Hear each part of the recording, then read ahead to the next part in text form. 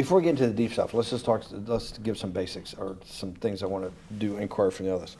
Walk me through the Santa Fe Institute. What was it about the time of the math? And this was in the late 90s. So they're not going to hear me on this part, right? We're going to do it both ways? It will not be on the video, but we do have you recorded. Fine. Remember, when you're answering on these questions, I'm not in the shot, and they're never going to hear my voice. So a little bit you got to repeat in your answer, you got to repeat what my question was. Oh, a little bit. Okay. Santa Fe Institute. Why, when you're at the top of your game on Wall Street, do you decide to finance, which was at the time, or endow, or become the donor or sponsor, however you want to say it, for what was considered the most cutting edge group of mathematicians in the world? Action. So Santa Fe Institute in the late 80s, early 90s, I was interested, I was on the board of Rockefeller. So that starts, Rockefeller University, formed by John D. Rockefeller to sort of give back to the community. It's east side of Manhattan, except it was old. It was sort of old-fashioned. They were talking about medicine, and medicine by itself was, again, subject to the ideas of science. They were trying to use science to find cures for disease. And I said, no, we need to do something different. We need to start interdisciplinary work. In most... How did a schmuck like you get on the board of Rockefeller? What year was that? I don't remember. Late, I think 89 or 91. So that's one of the most prestigious research places in the world, correct? Yes. Okay, how did a guy like you get on the board of a blue blood, internationally known, hard research, Nobel Prize winners all over the place? How do they pick a guy like you, a trader from, or basically some guy from Bear Stearns? Good question. So I was asked to be on the board of Rockefeller. And I think it was, I was on the board of Rockefeller. There was a money manager who said, Rockefeller needs someone with financial expertise because the university is growing and there's lots of new things. You have to, again, we go back to the original discussion the last time. Up until the mid-'80s or sort of early mid-'70s, the most important thing was your name. If you were Rockefeller, you already were considered to be brilliant. If you were head of General Motors, it was your reputation. It was who you knew, who your family was, what was your character. And then in the mid-'70s, basically, if you remember, you probably had a calculator. It was very advanced in those days to have a Texas Instrument calculator, where it could, by putting in the numbers, it would multiply for you to do square roots. And that was the first, and everyone who had a calculator was already advanced on Wall Street. A simple calculator, almost like your accountant. The most important parts of business were really now going to calculations. So it's not only mathematics, but it's things that could be calculated. Reputation couldn't be calculated. I could give you, are you a 10 on a reputation scale, an 8? What does it mean to have a measurement of your reputation? We'll get to that later.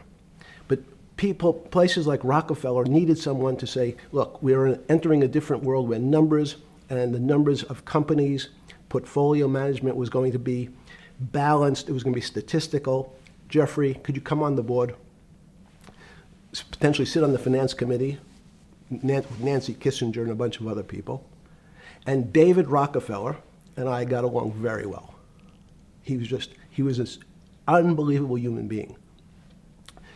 Respectful to everyone. He introduced his driver as his colleague, not his driver. He would never say, this is my driver. He said, it's my colleague. And David started to explain to me world politics. So David would say, Jeffrey, money is going to be sort of the most important things. People don't understand money. You seem to have this knack for money. I said to David, tell me about your life. What was the worst and the best part of your life? So David said, when I grew up, everyone knew I was a Rockefeller. They didn't know that my father told me he would not leave me a dime. No money. But every time we went out to eat, me and my 5 friends at school, they would leave me the bill. They would expect me to pick up the check because I was a Rockefeller. And he said, I was chairman of Chase Bank. And he said, I remember like it was yesterday, one of the headlines in Time magazine said, David please fire yourself. So he thought that there was a world that existed that would be a combination of both politics and business and leadership. What do I mean? He formed something called the Trilateral Commission. The Trilateral Commission is some spooky stuff. People said it was something, the Illuminati, there's some mystery about it, people that ran the world. It was politicians, but David said most countries, the politicians get elected for 4 years or 8 years, separate from the royal families in England or in the Middle East. Someone's there for 4 years and then they're not there anymore. The most important people to have stability and consistency would be businessmen. So he formed this Trilateral Commission of businessmen and politicians from 3 major continents. So it was the North Americans, the Europeans, and the Asians.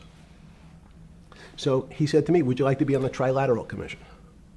Now, I was 30 years old, 32 years old. I said, great. And he said, well, you have to fill out this application so they have your bio. And I looked at the list of people, and it was Bill Clinton, former president of the United States, Paul Volcker, every great leader in America, the Asians, the Japanese, and with a very long description of their history. And they asked me to fill in what I would like to have written. And I wrote Jeffrey Epstein, comma, just a good kid, which I thought was funny, nobody else did. So to answer your question, at that time I recognized around the world that monies and currencies were not really well understood. But again, it was only numbers. So numbers, and I'll get to the fact that it was bad thinking. Numbers are very good. Are most people that you meet, even on the Trilateral Commission, when you meet most people, do you find most leaders financially illiterate, economically illiterate? Most political leaders don't come out of a background of finance. Most political leaders come out of a background of being popular. So in some of the countries, in some of the African countries, for example, they might have been a military person. They were a general. In some of the African countries, they might have been a disc jockey. Or in our country, they would have been an actor. The knowledge of money they don't have expertise, they have no degrees in finance. They really, and this is one of the major problems, their expertise, if they have any financial knowledge, is of their own checking account or bank account and filling in their own taxes. So many world leaders who don't really have a financial underpinning make fundamental errors when it comes to money on a country or institutional level. Let me give you an example.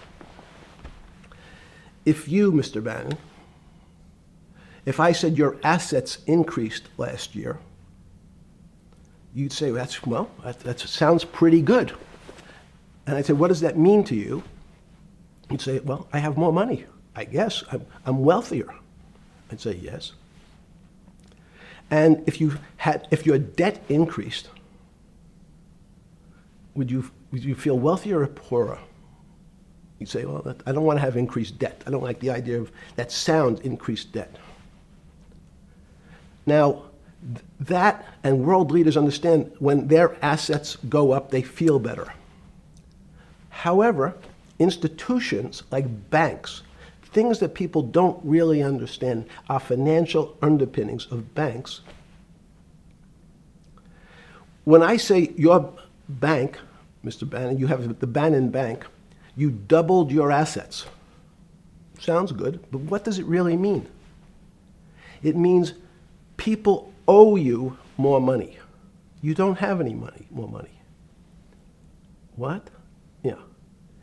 A bank's assets are how much it is owed by other people. That's crazy. So if the bank goes from $2 billion of assets to $10 billion, it means people owe it an additional $8 billion, but their assets have gone up. So the terminology of assets and liabilities is different for banks. It's not natural. And what most people, and you ask questions about world leaders, there's many people, I think your old boss Mercer understood, there's a fundamental part of money which is called fractionalized banking. And fractionalized banking is something that finance people understand, and the people on the street, and when I say people on the street, that's where I was when I started on Wall Street, would find it impossible to believe. Impossible. Why? Bannon Bank, I give you $1, just one single dollar. In our system of banking, I would say, okay, Steve, I gave you $1. How much could you lend out to your friends? And your natural reaction would be probably something less than $1 because I want to keep something in my pocket. The way our system works is if you as a bank are holding my dollar, you can lend out an additional $8 or $9. No, it's impossible. I only have $1, Jeffrey. We have something called fractionalized reserves, which is if you have 1, you can lend out 9. That's the way our system works. And so not only do world leaders not understand banking, but the man on the street, my father who worked in the park department, it would be beyond his imagination that people could lend out more money than they actually had in their pocket. Next question. But how did this, in understanding that, when you get on something like the Trilateral Commission, you're on the board at Rockefeller, which is the most advanced research. You get brought into the Trilateral, which is the elite of the elite. How, since you're only at that time 30-something years old. 8 years from teaching at Dalton, right? You're a Dalton. No, 10 years. 10 years right. teaching at Dalton. Yes. Walk us through. I mean, put us in the room. Walk me through exactly what it felt like. What it felt like being on the board at Rockefeller. We got these Nobel laureates, and you're sitting there making decisions, and you start to meet these people at Rockefeller. Now you start to meet these people at the Trilateral Commission. What did it feel like? It's a great question. So what did it feel That's like? what I'm in the business of asking. Yeah. What did it feel like meeting some of these people like Kissinger or Rockefeller? And those were two extraordinary people. But in general, I think the question, the people on Wall Street, I tell the story, the first day, one of the first days when I was in Wall Street, someone said to me, would you like to buy ATV? And I was looking in the brochure and I couldn't figure out what stock had a symbol of ATV. And when I finally said, well, I can't find it. And they said, what's the matter with you? Do you want to buy ATV? Which is, he was selling hot televisions, stolen televisions from the floor of the American Stock Exchange, referred to in common parlance as the televisions fell off the truck. So I knew what that phrase meant from Coney Island. But what I found was most people, be it in business, in normal life, or in the world leaders, don't really understand money. It is something they think about. They have a sense of what it is. They certainly want more of it. But they also make statements like, we want more money, but we don't want more debt, which just shows a misunderstanding of what money at its core really is. So most people don't, they want to make it, they want to save it, but to understand it intimately is not a normal characteristic. At the first Trilateral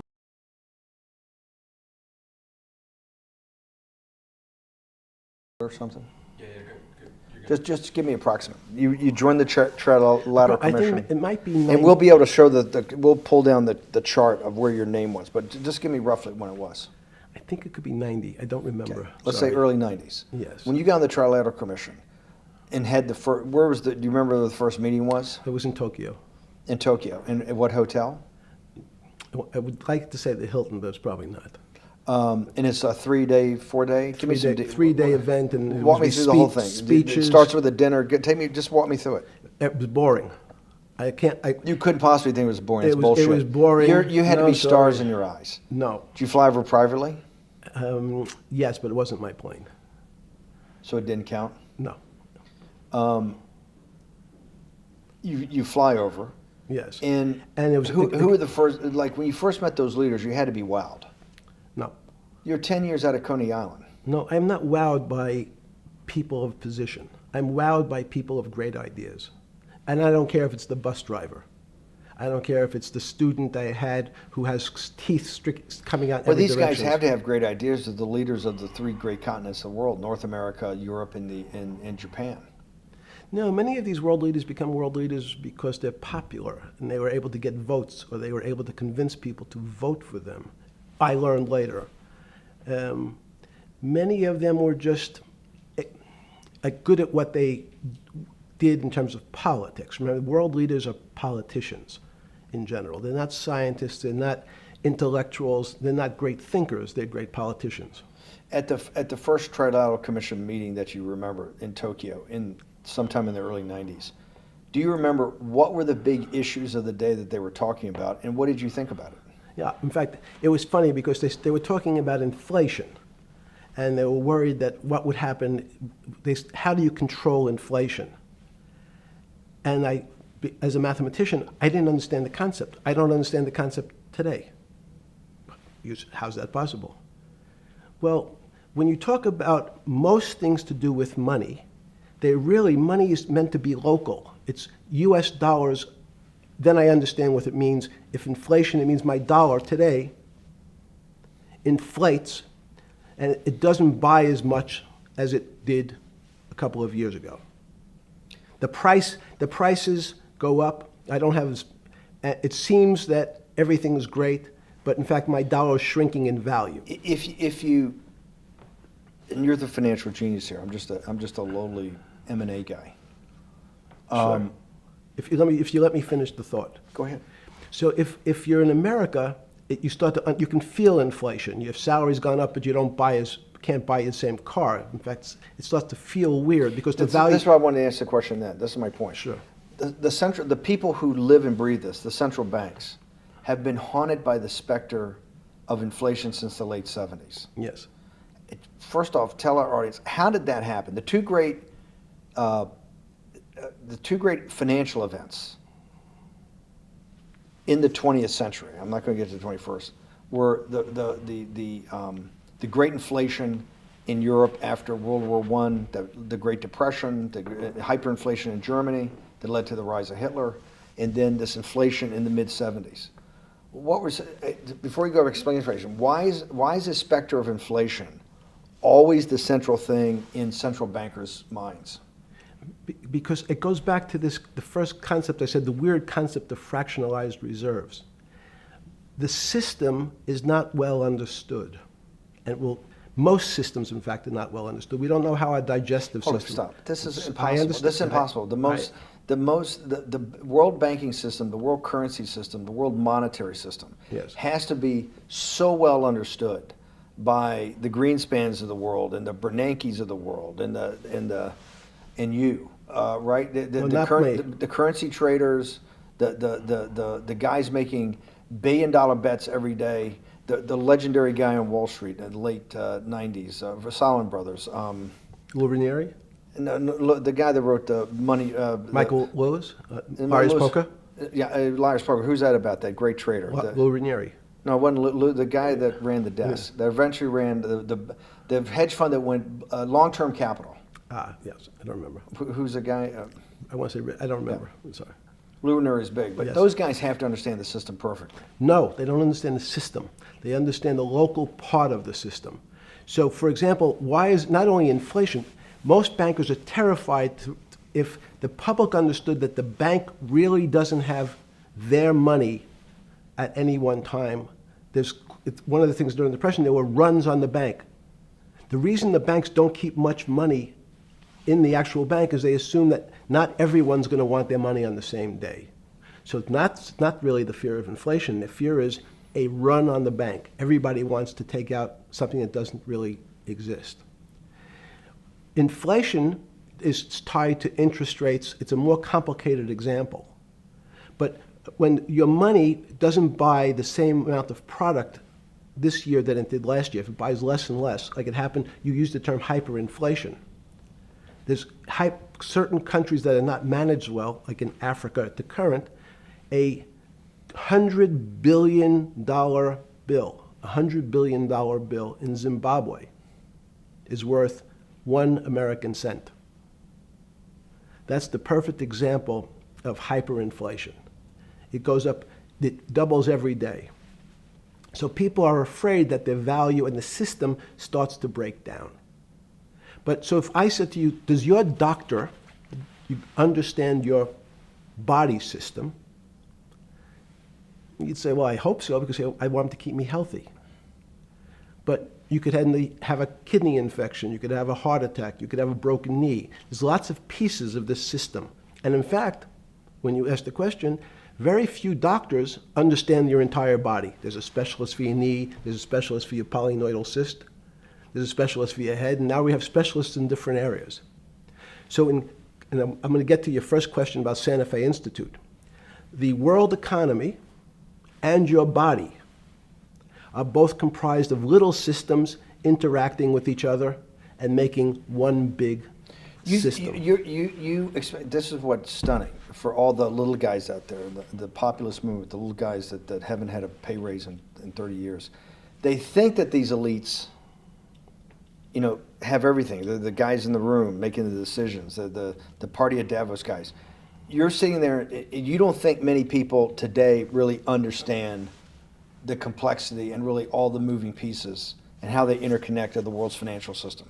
No, not only don't they understand the complexity, and that goes back to Santa Fe Institute was an attempt of trying to see if there was a way to mathematize, formularize, or algorithmically understand what the term complexity means. That goes back to the original question. Complex systems are complex by definition.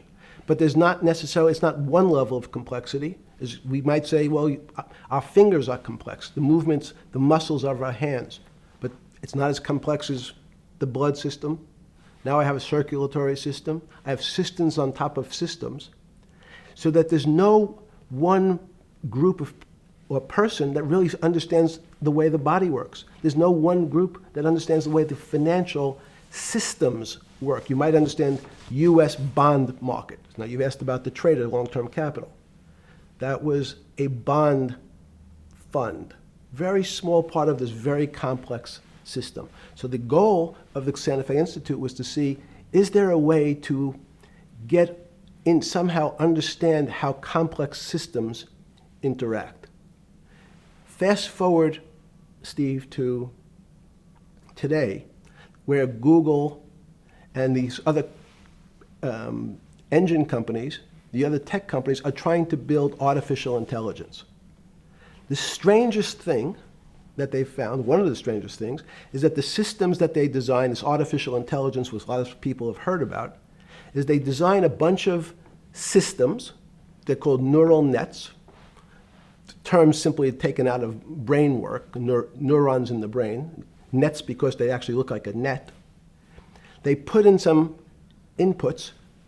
The computers work, spit out an answer.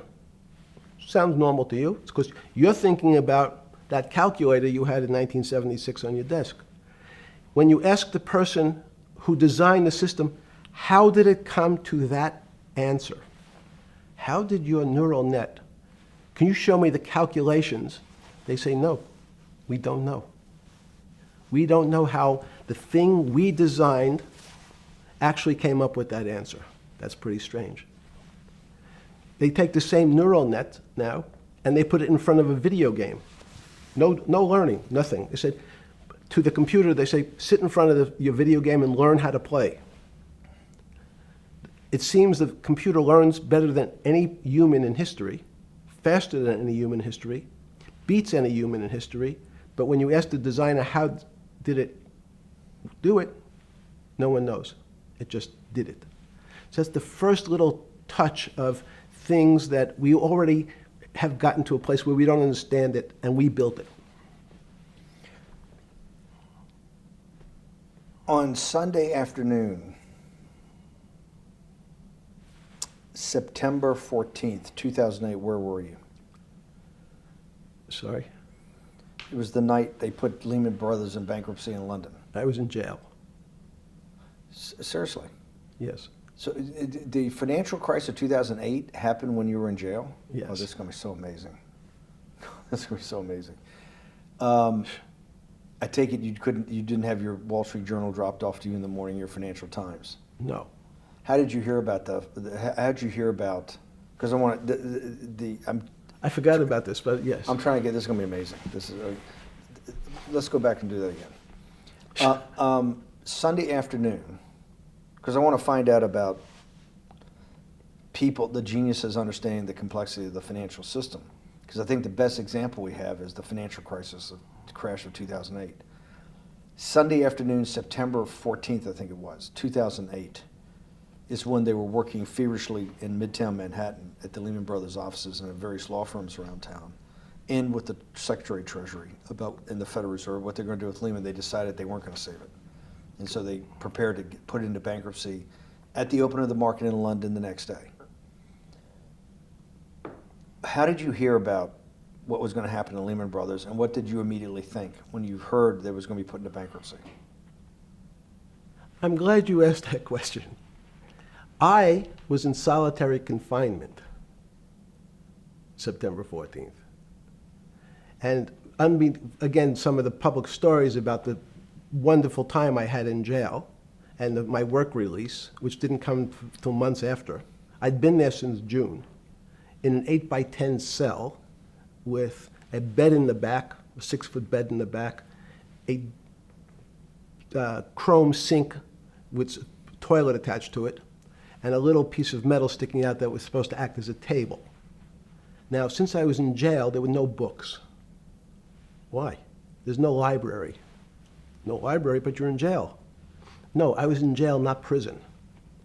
So in jail, I was in a place which was called the Special Housing Unit, which is for the roughest, toughest, meanest people. They had put me there, they said, for my own protection. So I was in a 8x10 cell with a little slit in the door where they would serve my food on a tray about 9 inches by 4 inches. And then as soon as I finished eating, they would take the tray and close it down. And one of the guards said, "Do you understand there's Wall Street's crashing. I'm worried about my pension fund. What should I do?" And I said, "Sorry, Wall Street's crashing? What's happened?" And he said, "There's some crisis and some companies are going bankrupt." I said, "Are you sure?" And he said, "Yeah, it's all over the papers. We're all terrified we're going to lose our life savings because we have either a 401k or our pension funds. We don't know anything about money. Mr. Epstein, can you tell us, like, what's going on? Am I going to be able to afford my children's education? Am I going to be bankrupt like this company called Lehman Brothers?" And there's another company in the front page today called Bear Stearns. "Oh no," I said. Why? Because that's the company I was a partner in. And in fact, that was a company I had a very large investment in. So, as a great story, I didn't have my Wall Street Journal, but in the early mornings, you're allowed to make 2 phone calls, collect. And when you pick up the phone, you can dial a number, and when the person picks up, they say, "You're getting a call from the Palm Beach County Jail. Will you accept reverse charges?" And the person either says yes, and the call goes through, or the person says no. The person I had called was Jimmy Kane, the president of Bear Stearns. And I said, "Tell me what's going on." And so that my knowledge of the financial crisis happened with Jimmy, who was at the center of the storm, telling me about what Lehman had gone under, and they were trying to figure out a way, should they bail out Bear Stearns? Did it strike you at the time of the mess you had made of your life to be in a situation that you're one of the greatest financial minds in the world, looked at by world leaders and asked your thinking by the most prominent and important people in the world, and here you are in solitary confinement. You got to make a collect call to somebody. Did it strike you at the time how all the threads of your life had come together and put you in a position, or you had put yourself in that position? No. So it never struck you when you had to make one of your 50% of your collect calls that day, you call the president or the head of the CEO of Bear Stearns.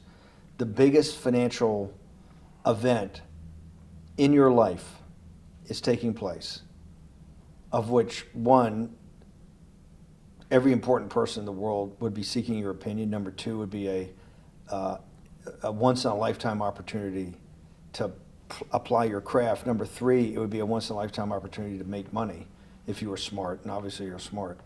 You're telling me here, truthfully, that it never hit you at all of how you'd ended up in a place where you had to make a collect phone call from a jail cell that was 6x9 with a steel bed and your food being passed in through a slot.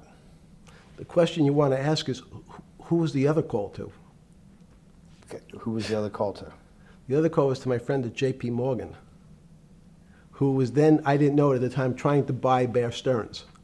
So at one point, I had two phones. It was difficult because they're afraid people are going to hang themselves with the phone cord.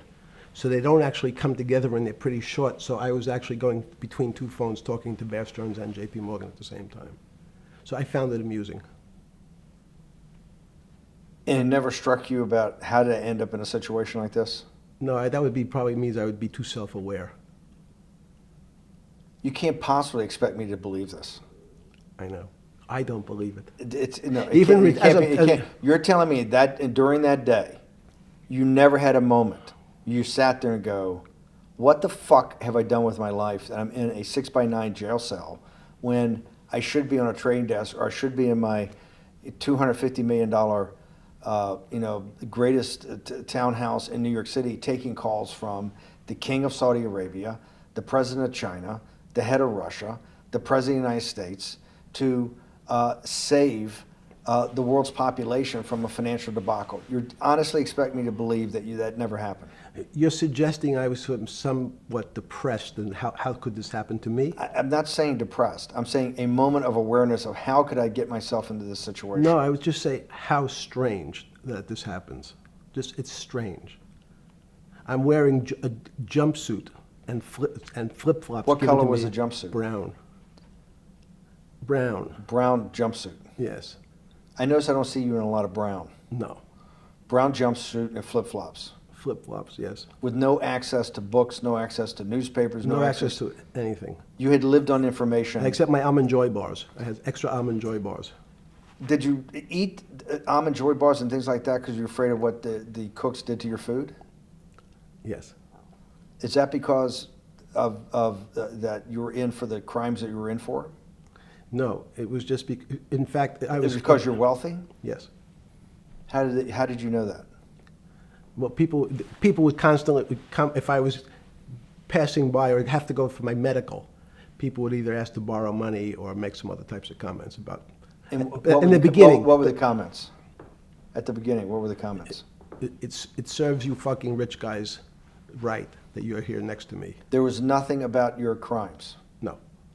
So all this rumor you hear all the time about people in prison that commit the type of crimes you commit, you're saying in your personal thing is not true. No. It was all because you were rich. Yes. And it was all because they wanted to borrow money.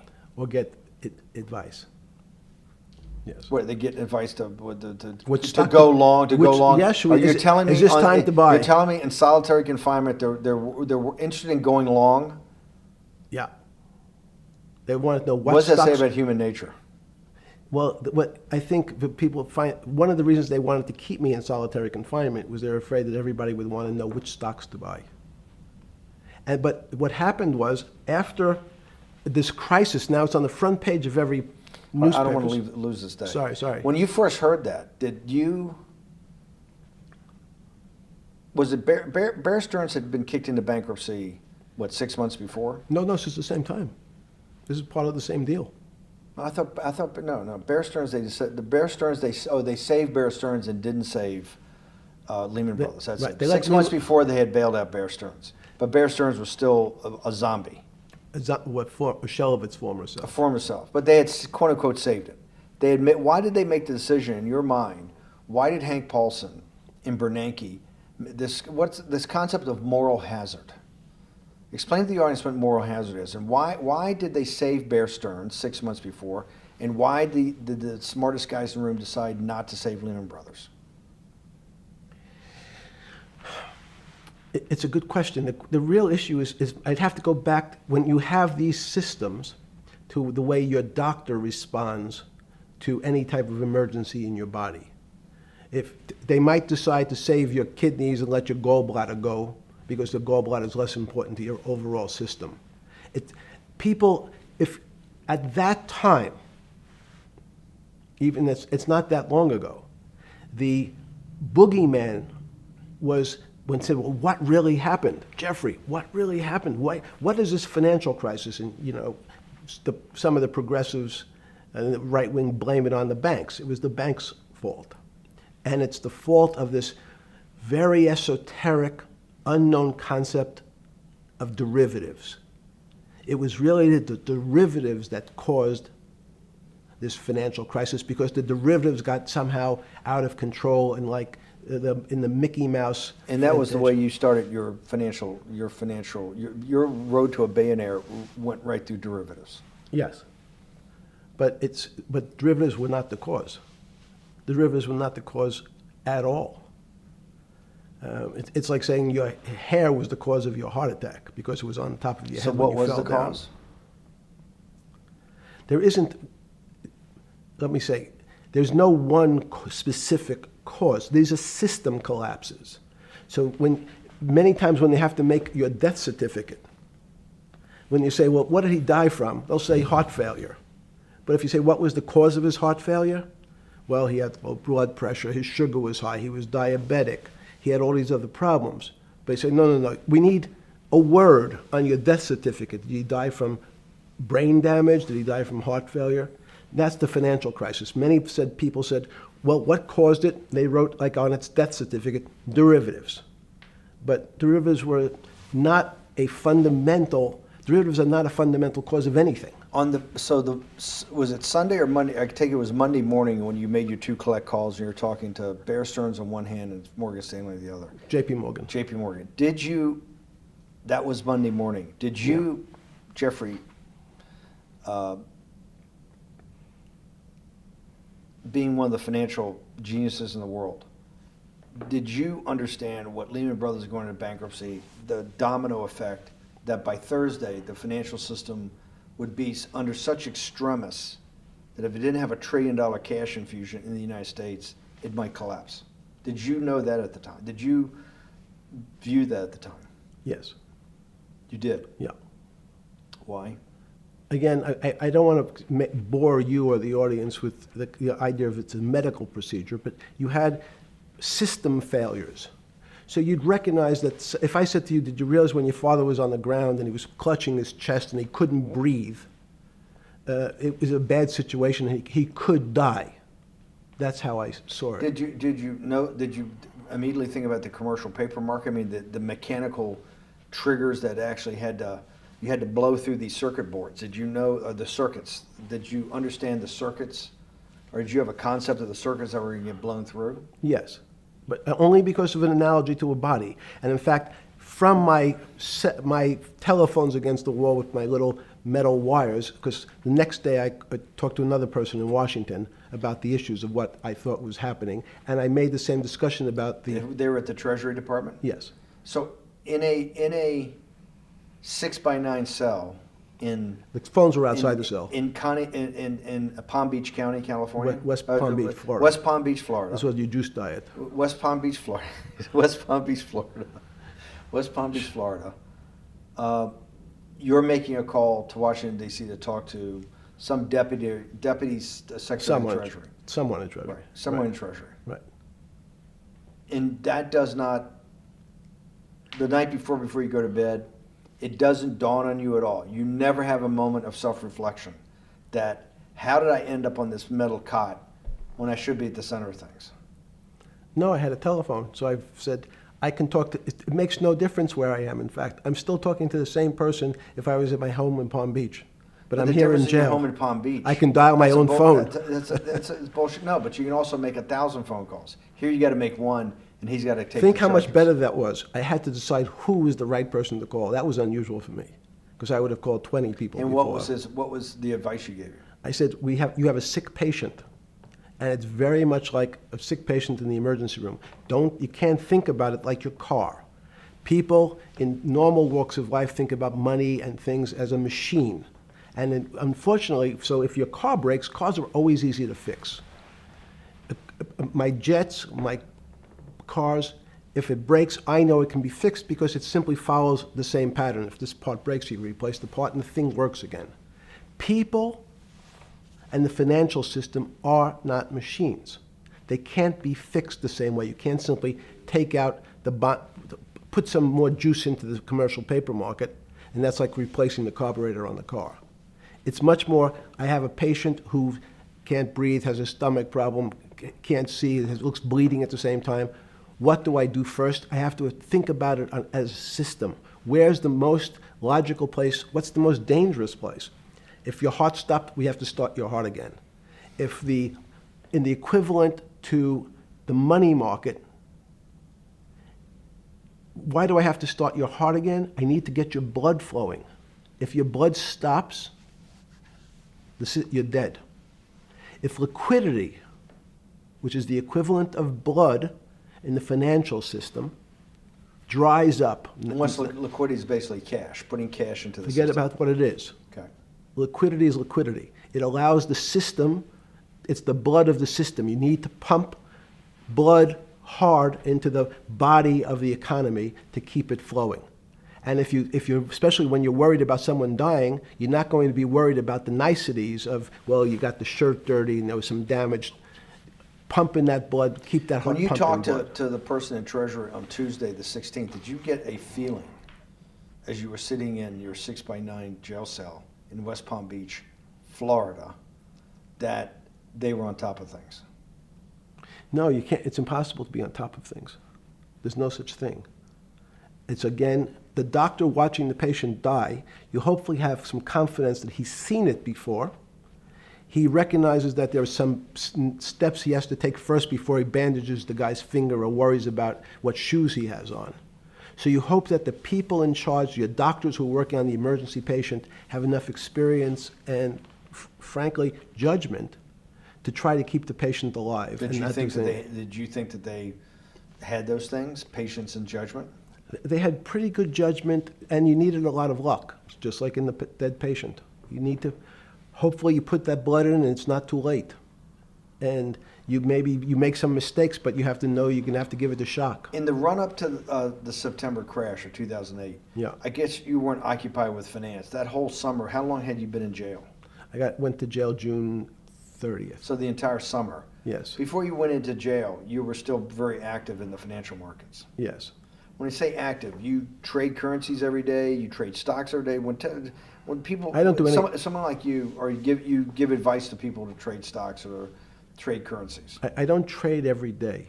I think that's, like Woody Allen said, you can't beat the bank.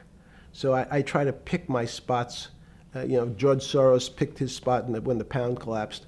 This would have been a great money-making opportunity that passed me by when I was in jail, but that's not how I think. In the run-up to that, in the spring of 2008, that's when Bear Stearns got in problems, I think, in the spring of 2008, and they decided to bail it out. Did the Bear Stearns guys talk to you for advice at that time, when the big crisis in Bear Stearns? No, but see, again, unbeknownst to most people, and it's easy to blame people for the financial crisis, like you'd blame someone for giving your father the drink before he had his heart attack. But what really happened, the real enemy of the finance system was Bill Clinton. And if you ask me what and who caused the financial crisis, I would tell you it was Bill Clinton. Because of what Bob Rubin and he did to deregulate the financial system? No. Because as of the last time we had our 60-minute interview, you talked to me about home ownership. and you asked me whether everyone should own a home. And I told you, no, it's too risky. So the financial collapse of 2008 is because of hardworking African Americans, Hispanics, and whites who wanted to have a ownership stake in the society that all rests on their shoulders. They're the culprits. No, not at all. Okay, then I didn't say they were the culprits. I was pretty clear it was Bill Clinton. Okay. Why was it Bill Clinton? Because Bill Clinton wanted to get votes from those people. And he sold them the idea that instead of renting in a house, and historically the values of houses have gone up, and he said, you guys in these local communities who haven't been able to afford a house before, I'm going to show you a way. I'm going to give you a way because I'm sure I'll get your vote that you can own a house because I want your vote. So what we're going to do is I'm going to let you buy a house, Mr. Bannon, when you really, you're right on the border, maybe, or not even on the border. Your credit is not good. Okay, let's be honest. And it's not my fault, it's not Bill Clinton's fault, but if whatever happens, at the moment your credit score or whatever it is, your credit's not good. Now, normally, you come to me and want to borrow money, I'm a bank, and I say, I'm sorry, Mr. Bannon, I can't lend you money because your credit score is not up to where it needs to be. Hopefully, if you work harder and clean up some of your problems, it will be. But no, what I say to you is, I'm going to figure out a way to lend you, not give you. I'm going to lend you money anyway, though you don't have a good credit score. And don't worry, I'm going to get rid of the term that you don't have bad credit. Bad credit sounds pejorative. You don't want to be a person. Sounds judgmental. Yes, sounds judgmental. So what we're going to do is we're going to call your credit situation subprime. Oh, nobody knows what that means. Subprime. That means prime is good credit. Subprime is not good credit, less than good credit. So we'll call it something that people really won't follow, and we'll tell you what. We're going to have people lend you money, though you are a subprime borrower, and I will figure out some government agencies to guarantee your loan, though I don't think you're a good risk. So the banks say, no, no, no, we don't want, initially, the bank said, sorry, this is too risky, Mr. President, for us. We're in the business of managing risk. It's not our money. It's the hard-working people's money sitting in our bank. We can't lend to people whose credit is not prime. You're asking us to lend to people who are subprime. And he says, here's the key, if you don't, Mr. Bannon, I'm going to make sure the Justice Department charges you with discriminatory lending because you refuse to lend to my subprimers. In business terms, you should never lend to. But what we'll do is I'm going to form an agency called Fannie Mae and Ginnie Mae, just another agency names. They'll guarantee your loan. So don't worry. Don't worry. You don't have to pay it back anymore. Even though and maybe you don't even have to work as hard anymore. That's probably a harsh statement, but these players, these two big firms, Fannie Mae, will guarantee the fact that that bank will receive its money. Now, the bank says, wow, best deal in history. I refused to lend to Mr. Bannon, but now he has the big brother, his Uncle Sam. He went to his Uncle Sam, and Uncle Sam says, I'm guaranteeing it. The bank says, I want everybody. Give me as many people as you can give me, because Uncle Sam is the best credit in the world. Not only it's the United States government. We'll take it all. We'll take as much subprime as we can handle. because it's the best investment for the moment. It's a strange investment because it has politics that has inserted its way into the numbers. Politics doesn't belong in the markets, but now we're going to have, I want the votes, we'll make guarantees that you who can't get a house normally will be able to get a house from the bank. The bank says, this is the best deal in history.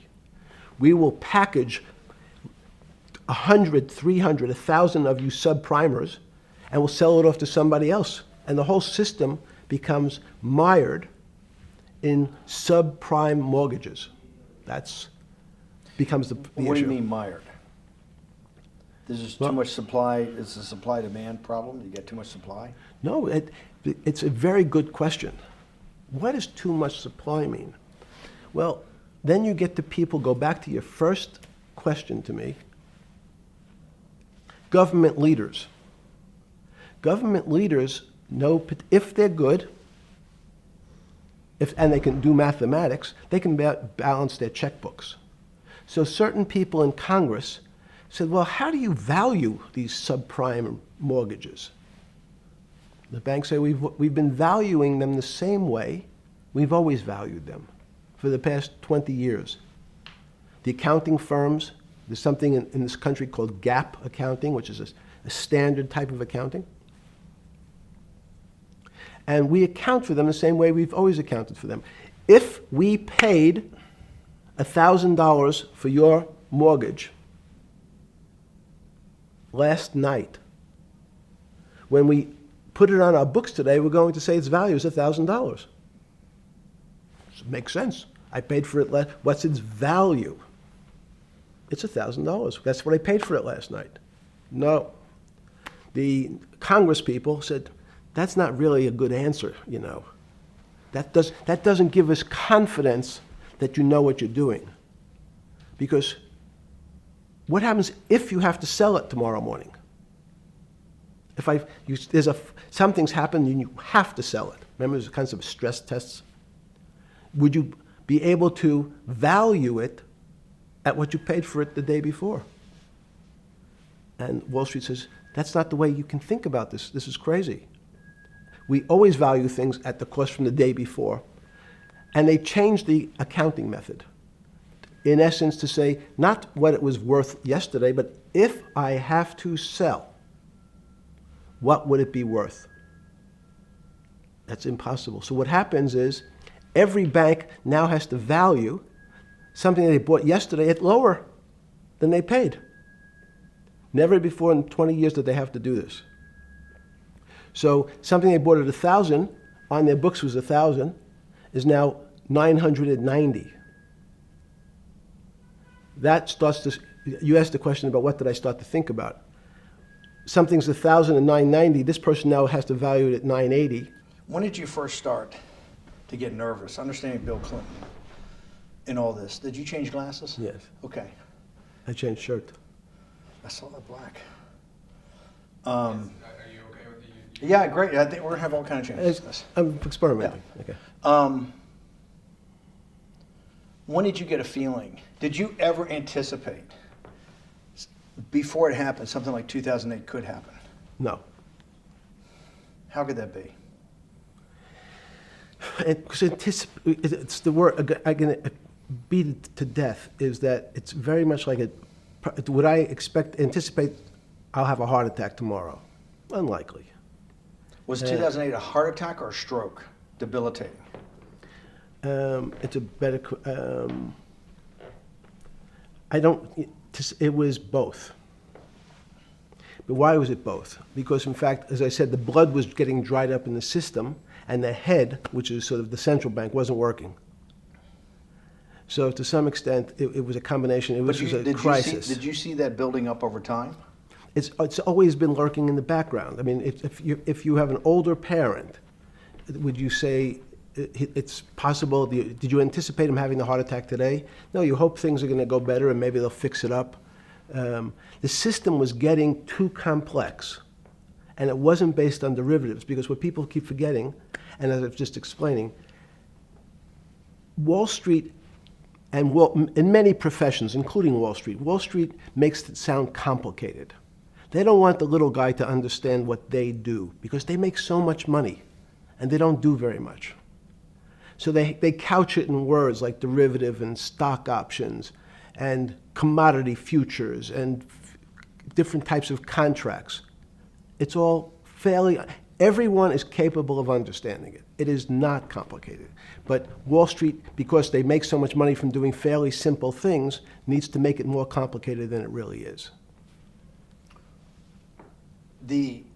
We had a very big recession in the early 90s based upon real estate and Japan basically imploding. Let's again, Okay. you had a recession in the 90s. I don't know what it's based upon. It's always interesting to look back and say, separate from, there's certain triggers, like in the 70s there was a... What do you think it was based upon, the 90s downturn? It's clearly there was a huge downturn. No, I know there was a downturn. That's what I know for sure. I don't. That's a fact. That's all. Everything else is sort of speculation about why did he have that? I understand that, but Sorry. there's some speculation that has 0% probability of being true, and there's others that have 90%. In the range, when you look at the range of alternatives of what could have caused it in 90, and what I'm trying to do is get you all the way up to 2008. Look, Sure. You're the smartest guy in the room, right? You know that. Do you think there's anybody in the world today?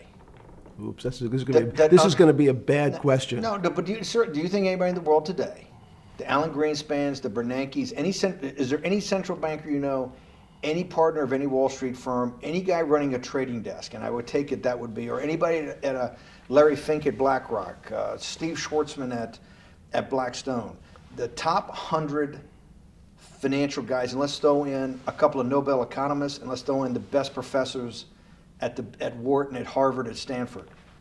Do you think that there's anybody that understands money or understands the world's financial system as good as you? There must be. But it doesn't come to the top of the head. No. Okay, fine. Now, Now now that I've gotten that, let's go back to 1990. In that arc from the fall of the Berlin Wall to 2008. Good. We started with the implosion in Tokyo of the Japanese economy, Japanese financial markets. We had the huge run-up in internet stocks, right? We had the implosion of that in 2000. The bankruptcy of Drexel Burnham in 90. Mm-hmm. Implosion of Japan, huge run-up in equity markets for the internet, implosion of the internet in 2000, 10 years later roughly. Mm-hmm. And then this run-up through the Iraq War and all that, the run-up to 2008. Every 10 years, it seems like, we're in some sort of 10 years before the 1990s was the 70s. You sound like an astrologer. Okay. And not a finance person. You're supposed to be a mathematician. It just seems to me a pattern of every 10 years. That's misleading. That's exactly right. Okay. Because people like to see patterns. People like to see patterns where there are none. So a pattern of a financial crisis every 10 years is just in my mind. Yes. Long-term capital that had to be bailed out back in the late 90s when everybody panicked. And that wasn't that bailout today would look small, and it was $5 billion or was $30 billion. Businesses fail all the time. But long-term capital, the Federal Reserve stepped in. But I'm saying people go bad. Things go bad all the time. Yes, you're correct. The audience that's watching this, the little guys, they go bankrupt all the time and nobody gives a shit. You know why? They're a little guy. But when long-term capital management goes bankrupt, or Bear Stearns goes bankrupt, or Lehman Brothers goes bankrupt, people care because it's an unfair characterization. Why do you say that? Because again, it's the complexity of the situation. If you think about you have a complex system. You have your body. Now, in fact, the little guy is my finger. This is. And Bear Stearns is your heart. That's correct. The banking system is my heart. The system, I can't risk my because remember, it's not only my. You haven't been able to name. Hang on. You haven't. Hang on. No, hang on. I was trying to hang. I wanted to see if the hang on worked. No. You haven't been able. You're not good enough yet. You're like junior wizard trying to do it. You haven't. Yes. I'll say, since we can't name another guy that's as good as you. There may be a couple out there. You're not bragging. You're humble. It had to be sometime. Please tell me there was some time before you went to jail and basically got cut off from daily information in the summer of 2008, that you started to get very nervous that this complex system, that something was deeply wrong? Okay, first, let's go back. When I say no one understands the system better than I do, it doesn't mean I You always understand. sound like a doctor. You're afraid he's going to get sued for giving a thing. Yes, you're not, no. you're No, not no, taking no. on any liability. There's no contingent Yes. liability here for Yeah, your no, answers. no, no. But the word understand is the problem. Okay. I don't understand the system. So I don't understand the financial Will you system. please stop? You cannot sit here and Yeah, tell no, me. no. What we just went through, I'll go through again. The hedge fund managers, the money managers, the central bankers, the commercial bankers, the heads of the investment banks, the heads of all the trading desks, the top economists, and I'll throw in the business school lecturers at Stanford. Of all the top 200, 250, you can't name at the top of your head the guys are at least at your level. You have to understand it somewhat. No. Sorry. We all don't understand it. No one understands it. It's a miracle. It's that's part of the problem. It's impossible to understand. That word understand simply means if this happens here, that will happen there. It's predictable. Understanding means it's predictable. It's not predictable. That's the problem. In complex systems, that was the fascination. Is there a way to tease out some level of predictability? So even No, in in the fact, spring- you would ask the question, it's a great question, which was it a stroke or a heart attack? Now, most people don't know that before they were going to have a stroke, they had a stroke. They just have a stroke. Do they understand why? In hindsight, you go back and you can make lots of explanations. It might sound good, and if you're talking to the working man, you're using language that he'll never understand. It's complex. So he, just like going to his doctor, he says he has a gastrointestinal problem, or he has diverticulitis, as opposed to saying, you had a stomach ache, you ate bad food. People don't like to say it in normal, everyman terms. The system had a stroke, and we don't know why. But you just, okay, Okay. hardworking people, and there's a great social benefit, would you not agree, with having people having ownership in the system?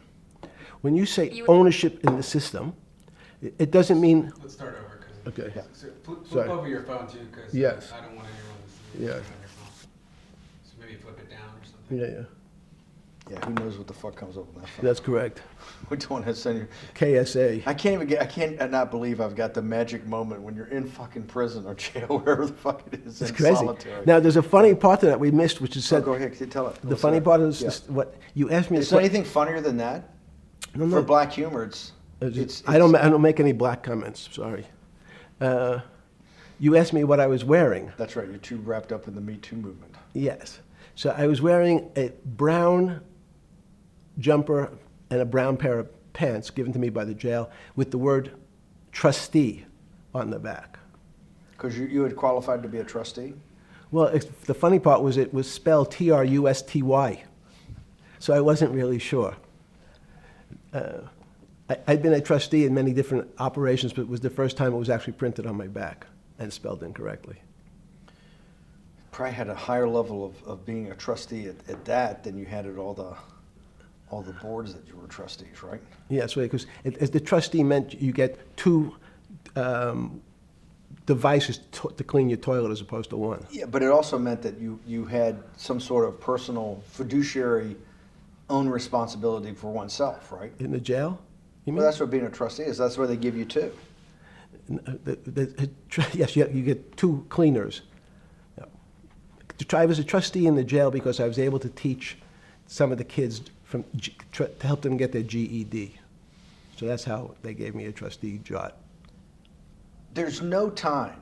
I got to go back to this because I'm like a dog with a bone in this thing. Yes. You can't. There's something deeply fucked up with you. At least something. Well, we know there are things deeply fucked up with this. You will get through in this film, Right. but you cannot possibly have sit there, knowing that you came from nowhere, knowing that you went to the very top of what is considered outside of science and maybe physics, the thing people most admire because it's like alchemy, understanding high finance. To sit there in what will be the defining financial crisis of our time, like Black Friday or Black Yes. Monday, whatever it was, in the Great Depression, and be there at that exact moment,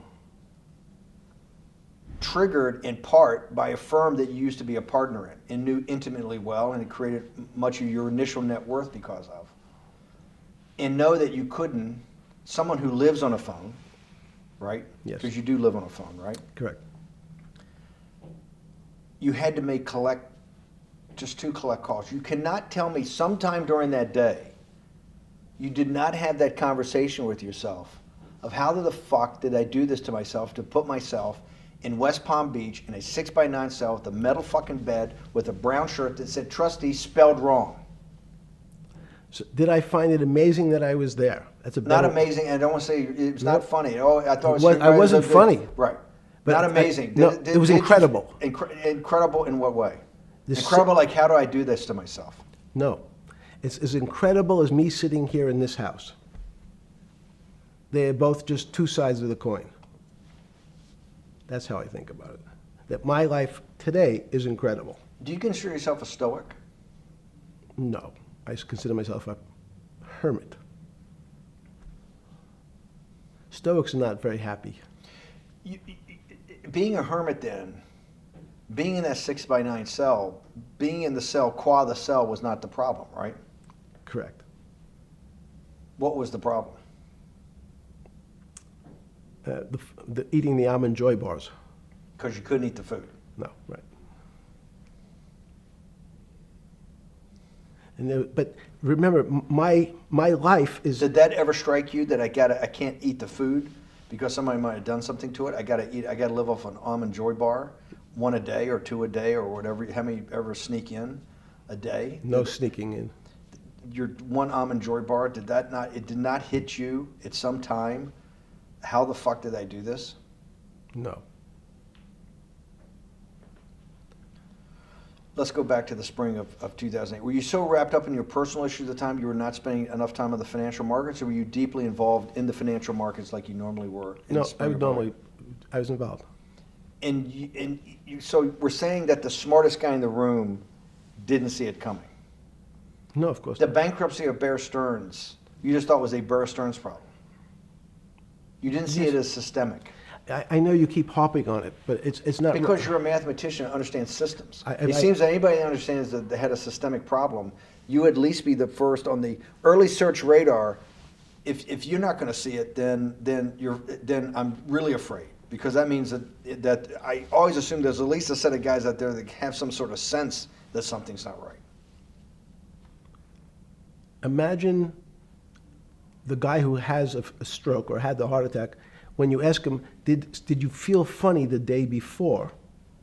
He's going to tell you, yeah, I didn't feel right. Something was off. I didn't feel right. I had my stomach was right. I felt a little dizzy. I felt a little weak. But if you asked him that day before, do you think you're going to have a heart attack tomorrow? He'd say, no, I just feel a little weak. I'm a little dizzy. My stomach hurts. So these systems, and that's the issue of complexity. What complexity says is that, in fact, everything seems to go along, and people have seen it. One of the great examples of complex systems is sand dunes. In fact, the sand keeps building up. People have seen some, and all of a sudden, one more sand drop, and all the sand starts running down the hills. That's the way I see the financial markets. When you funded Santa Fe in the early 90s or late 80s? I believe it was early 90s. I can get back to you. But early 90s, Santa Fe was funded for the study of complexity theory. It was math. So let's back up. So why did I buy a ranch in New Mexico in 1993? So that gives you some sense. So I would have funded it in 1990. Los Alamos, which was the high energy lab up in New Mexico, was losing all its scientists. And They were Los closing- Alamos, it was where Oppenheimer and where a lot of the nuclear weapons program, the bomb. That's where the Manhattan Project. Manhattan Project Yes, was yes, sir. as Los Alamos, and you bought your property out in New Mexico to be near that? Yes, because the scientists were going to be, they cut the funding for high energy physics. But the people who worked in Los Alamos would still be in the Santa Fe area. They cut that because this was the Cold War dividend, right? I don't remember exactly why. It was because, again, people thought that physics and high-energy physics really wasn't that important. Because that was about nuclear weapons. No, it was because they decided, which may be not right, this was the same time that Murray Gell-Mann came up with the term quark, Q-U-A-R-K. He picked it out of an old poem, the word quark. But it was mysterious. So they were starting to understand in the 90s that our world of the physics world, there was things that were just unexplainable. They called it strange things. You gave it a name. You gave it some characteristics. You called it had charm. It was one of the terms. It had a charm. It had a flavor. It had a color. But no one, Mr. Bannon, understood what it was. Just like the financial system. And you wanted to investigate that. I wanted to see if we could build tools so others smarter than me could help investigate it. And that was the beginning of your concept of the Santa Fe Institute. Yes. And Santa Fe Institute was founded to do study in this type of... Can these areas of strange things be described by some form of mathematics? So that's what I'm trying to get at. The foundational thought, the organizing principle of Santa Fe, Yes. in the high physics lab at Los Alamos, Right. which had been the headquarters of Manhattan and the Trinity Project, right, the bomb. Yes. So you're talking about the elite, the high priest Of physics. of physics. Yes, sir. Which, high priest of physics, some subset of that is also mathematics. It's math. Yes, they're both similar. Project out. One of the tools you want to do is to make sure that in this complex system, the finance system, I'm doing a lot of this for philanthropy and a lot for the good of mankind, but also to be able to understand this complex system, the most complex outside of maybe our body, of the financial world. Yes. Did they create tools, or were you smarter in than the mid-aughts, 15 years later, than you had been then because of work that was done at Santa Fe? No. It was great. But in fact, most of my philanthropy in the area of can you describe things that appear to be unexplainable by mathematics, and can you fund people who have new ideas? And unfortunately, when someone thinks they've been able to, there was a man, Stuart Kaufman, when they think okay, I figured out how to be able to predict the unpredictable, what appears to other people to be unpredictable. But my system, in those days it was called genetic algorithms, can predict what things will happen, and they all want to make money. So they use their systems to try to figure out, they know they have figured out the way to make money because they figured out the unexplainable. They try, they go bankrupt, and we start again. So with a cold view, what I've come to realize is that the attempt to mathematize, formularize, or what in your prior world, to understand what really is, in today's world, still unexplainable, is impossible. They're miracles.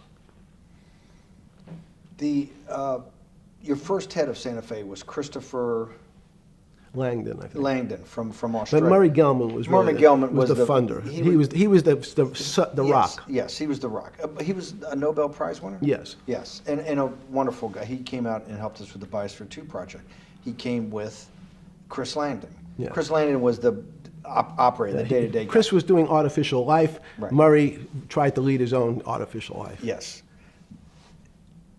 When Chris came to Biosphere 2 for the first big conference we had in 1994, he was one of the most impressive guys there among all the world's elite. Kew Gardens, the Lawrence Livermore lab, the labs at Sandia, all the major universities, Lamont Doherty, all the big Earth observatories, Woods Hole. What set Langdon apart, I thought, and the reason I invited Santa Fe to be part of it, was Langdon actually made a presentation that everything, and he was making this to scientists, a lot of marine biologists, a lot of people that are just beginning, Wally Broker and people who were just beginning the study of climate change, at that time called global warming. That he made this compelling presentation that everything's really mathematics. Yes. It's all just back to math.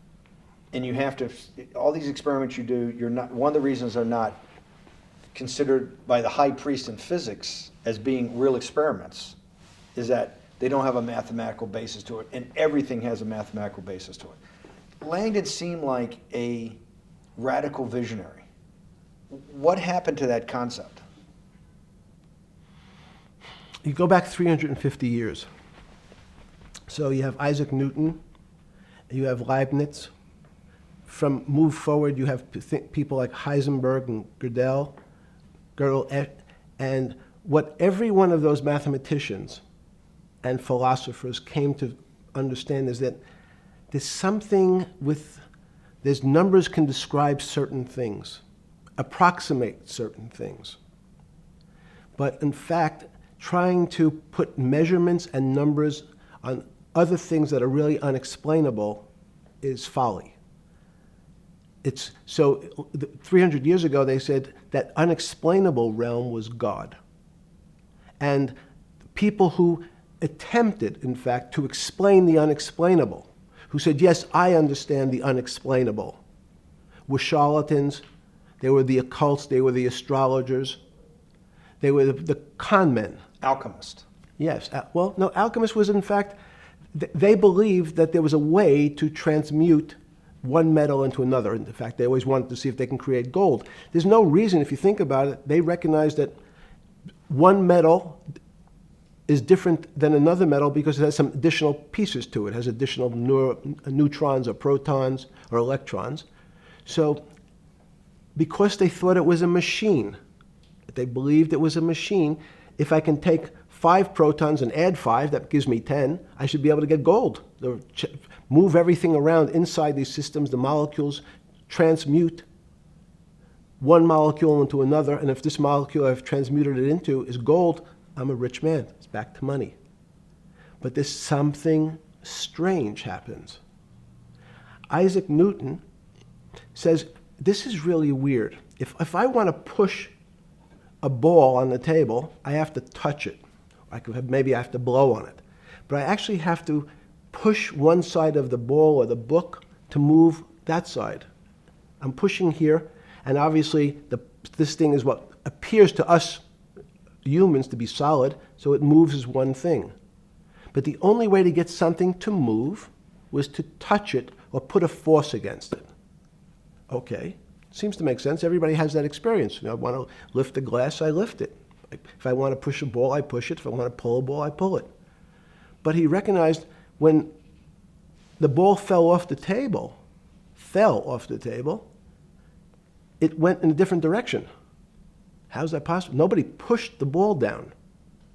And he says, this is crazy. Why did the ball go down? I didn't push it. I just let it go. So someone's pushing the ball, because I know that I am confident that the only thing that gets something to move is with a force that pushes. So there's a force that's pushing the ball down. In fact, he called it gravity. He measured how fast it was pulled, but never was able to explain why it happened. How is it? What is gravity? It's this. Everybody says, well, why did the ball fall to the ground? Because gravity took it. But what's gravity? That's, as Feynman would say, that's the name of the thing. We have no idea what it is. This goes to Santa Fe. They were trying to explain the unexplainable. Can we measure? Can we figure out a way to predict the stock markets using these types of chaos complexity? Before we get there, let's walk back through it. Let's go back to Newton. Sure. Pre-Newton and then Newton. What did Newton solve that for millennia up to Newton had not been solved? And then I want to go forward all the way to Santa Fe, what they were trying to solve. Let's start with just 2 or 3 of the basic guys, but let's go with Newton. What pre-Newton, it was what? And then why is Newton such a genius? In such a, in the, I think mathematically they told me one time, I've seen there's been 115 billion people roughly that have lived on the earth. And of that 115 billion, Newton. Are you sure that's a number? That sounds a lot very high. We only have 7 now. I think in the history of the earth, I think it's, I'll pull up the stat for you, but I think it's 115 billion people. They figure that probably is inflation. That's why you have lived on Earth. But he's one of the handful of the most important. What did he solve for? Why is he so important for how we live today? And then we want to go through Leibniz and the other, 3 other major ones to get us to Santa Fe? Well, it's a long journey. This is the heart of what we're trying to do. Let me take a bit of a detour just Okay. a second. What if you went to high school and the last year in your high school, you took calculus? So Isaac Newton sort of invents calculus. Well, that sounds invents. You know, mathematicians. To torture seniors in high school before they graduate. Yes, but obviously no. Yes, the answer is yes. Certain people could never do calculus. Why is it? Why is calculus why is that the dividing line between, to me, people who can handle that and can go on to do certain things, and people just hit the wall, even if they know math? It seems to me that that calculus is the thing that changes. It bridges. That's because it's about the theory of change and the theory of how things change. It's a great question. But in fact, what calculus does is it's somewhat philosophical. That's why mathematics is Newton wasn't a mathematician, he was called a geometer. That's what they used to call themselves. They understood geometry and numbers.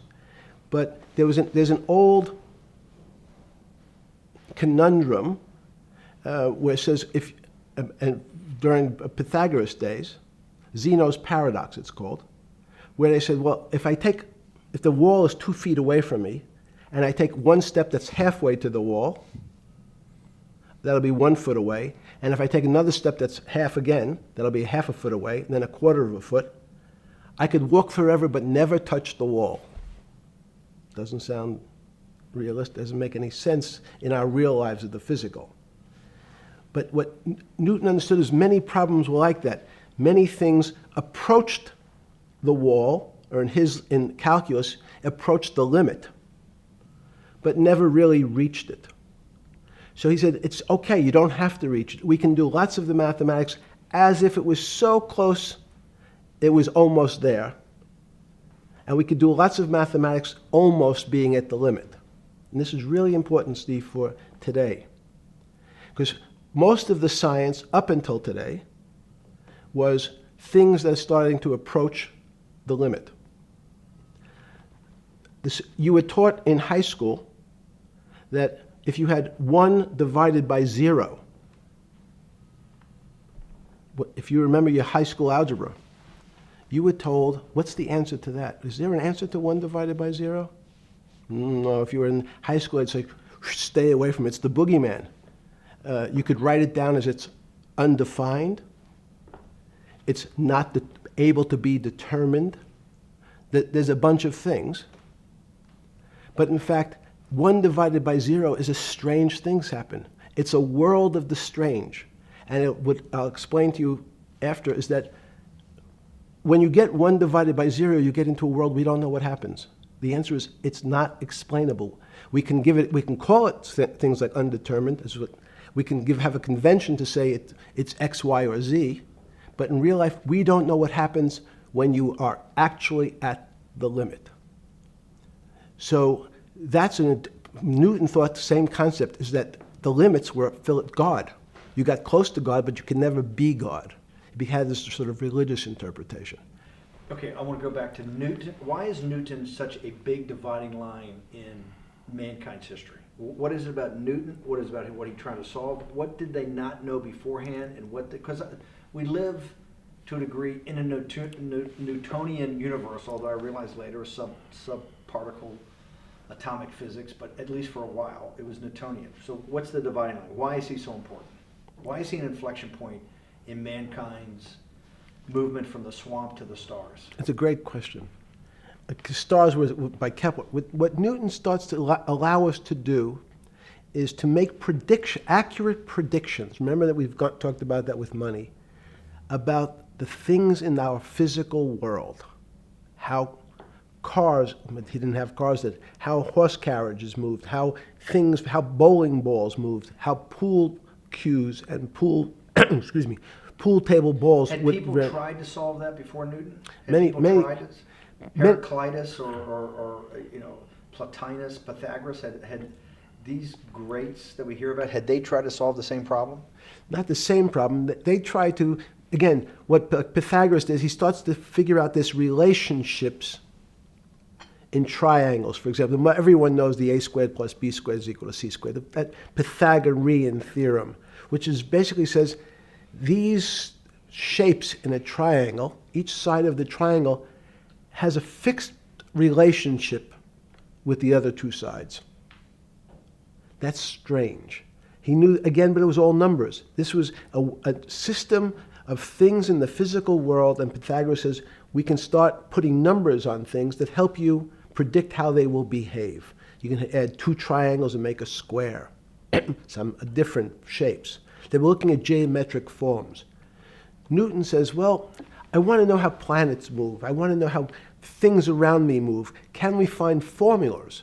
Can I find formulas that explain what I see in the physical world, how physical things interact and how they describe one another? Again, the fact that two things, two solid masses, for some very strange, unknown reason, unknown today, attract one another, no matter what they are.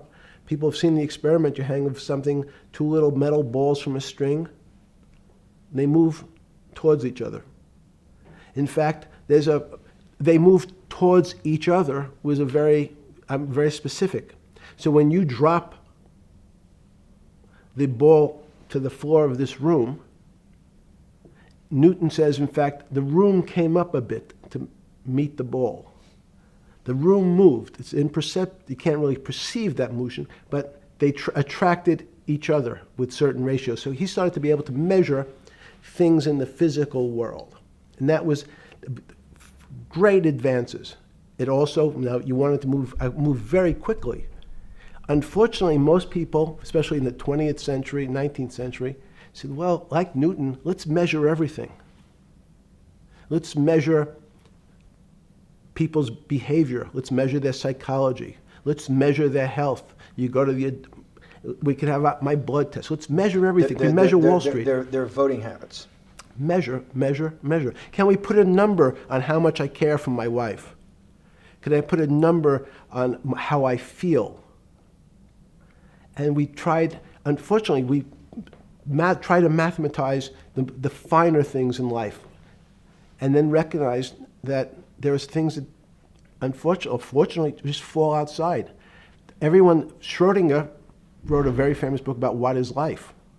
He was trying to figure out a way, can he describe the difference formulaically between things that are alive and things that are dead? The answer is no. The things that are alive in my world are miracles, not magic. Magic has a bad connotation, trying to hide things. You don't believe in the spirit or the soul? That's what animates people, is your spirit or your soul. That's No. Have you ever seen someone die? When they die, their spirit leaves. Their soul leaves, no question. So in There's fact, no question to you about no that. question. There's no question to you that there is some animating life force within us that leaves when you're dead. Yes, in fact, I refer to the soul. This obviously is certain. The questions in the past, even Because during people would normally think you were soulless. So Thank you. But have you talk about you actually believe in it and have done some thinking about it is pretty shocking in its own right, isn't it? Well, again, mathematics. Leibniz thought. We know Newton was at Cambridge, and he was the head of the math department, right? He's a professor, essentially. Yes. But Leibniz, was Leibniz a German professor? Yes, but what Leibniz said is the soul is so strange because God took chemicals, which is simply the material, like tables, and he somehow made this material able to have a thought. How strange is that? Not only does it have a soul, but some way it was put together that this material substance is able to think. So when you say to me, it's obvious to everyone that there's such a thing as a soul. Now, if you're part of the Charlatanville, you'll try to explain it to people. The soul I describe as the dark matter of the brain. Why is it dark matter? Because in high energy physics nowadays, you hear terms of dark matter, dark energy. Again, terminology. It's a complicated term. Why is it dark matter? Because we can't see it, that's all. What do you mean you can't see it? Well, somehow we see something moving towards this area of darkness. Something, I can see this thing. This appears to me to be empty. It's just black. But I see it being drawn this way. So I say, well, I know if this were matter, that would follow that equation. If this was solid, it would explain the way this particle moves. But I can't see anything here. So I'll just call it dark matter. And I'll say, I don't know what it is, but it behaves as if there was something there. The soul is obvious to everyone that there's something different between things that are alive and things that are not alive. But we have no idea what it is. It's currently unexplainable. I believe we need an entirely different system of analysis to try to figure out. But Sorry. No, with Newton, with all his alchemical studies and things he worked on the spiritual side, Leibniz that just talked about the soul, Schroeder talked about what is life. If a modern scientist or someone that you funded at MIT or at Harvard or one of these things talked in those types of terms, they would be considered to be a wingnut today, wouldn't they? They would not be. They would not be on the path for tenure, right? Unless they were in the philosophy department. This is exactly my point. We're talking about three of the greatest mathematicians in mankind's history that have really changed mankind. Talking like this, what happened? How do we get to a situation where they could not be in the high physics? They could not be in the mathematics department or working in high energy physics. Good. It's an easy answer. Newton was a combination of mathematician or geometer then and philosopher, and as time went on, those disciplines seemed to move apart. We had philosophy. Some of the philosophers can't do math, and some of the mathematicians. And again, mathematicians often break into two categories. People that solve problems. Those are more like geometers in the old days, just problem solvers. And then there's thinkers, theoreticians. They're more like the old movement towards philosophy. But neither one of those two groups have been able to figure out why something is alive as opposed to something that's not alive. No one's been able to describe what the soul is, but we all know it exists. And I think what we need is science is a bad word. I think science only describes the things we already know about the physical world. In fact, there's an argument that the physical world that we see has been created out of our systems of mathematics. Mathematics, everyone knows mathematics describes the physical world much greater than it should, unless my view, the physical world really comes out of conscious beings that have mathematics. So they create it. This table appears to you and I to be solid. To a bat, because we have light that's bouncing off the table into our eyes, it appears solid. If instead of eyes that responded to wavelengths of visual light, our eyes responded to radio waves, the radio frequencies, it's not different, it's the same type of frequency as light, but different speeds, the table's invisible. We know that our phone works in this room. So the waves are coming through the windows, the waves are coming through the walls. So the walls are invisible to that type of radiation, that type of energy. The walls I can see them because my eyes, a physical system determines that the walls are there. You, with Murray Geldman, you founded, or with the original donor, and had the idea of Santa Fe Institute. In 10 or 15 years later, that effort to study the complexity of systems mathematically. Yes. Was it's a total failure. Yes. A total failure. Total failure. Why is that? It's the failure of science because, in fact, if to some extent science doesn't describe romance. I don't know why I'm attracted to somebody. I don't know. People are attracted to each other, and everyone has the same feeling. They've seen someone walk in the room, and they say, "Oh, that person gives me a creepy feeling." Science has tried to describe. Science doesn't describe what creepy feelings means. They just know it's a creepy feeling. I think women as I said the last time, have an intuitive sense. What is intuitive? They have intuition, they have feelings, and they're able to deal in the realm of things that men, especially men like myself, find unexplainable. They have women have intuition, men see things a bit differently.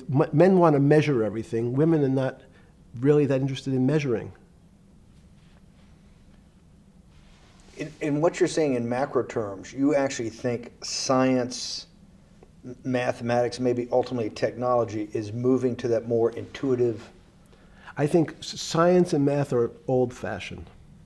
And unfortunately, people are still taught that they have to learn algebra in school and certain things in school, as opposed to learning to have an emotional. Is this what Larry Summers was trying to get at? Maybe he didn't say it perfectly enough, but what he was trying to get to in that system, the systems we study today, the way mathematics is either taught or understood, that women just haven't gotten up to the highest realms of engineering or physics or mathematics because of that. And you're actually implying that there's a either new branch of science, or we've hit an inflection point like in Newton that's going to go in a Newton took mankind in a different direction because he was able to measure.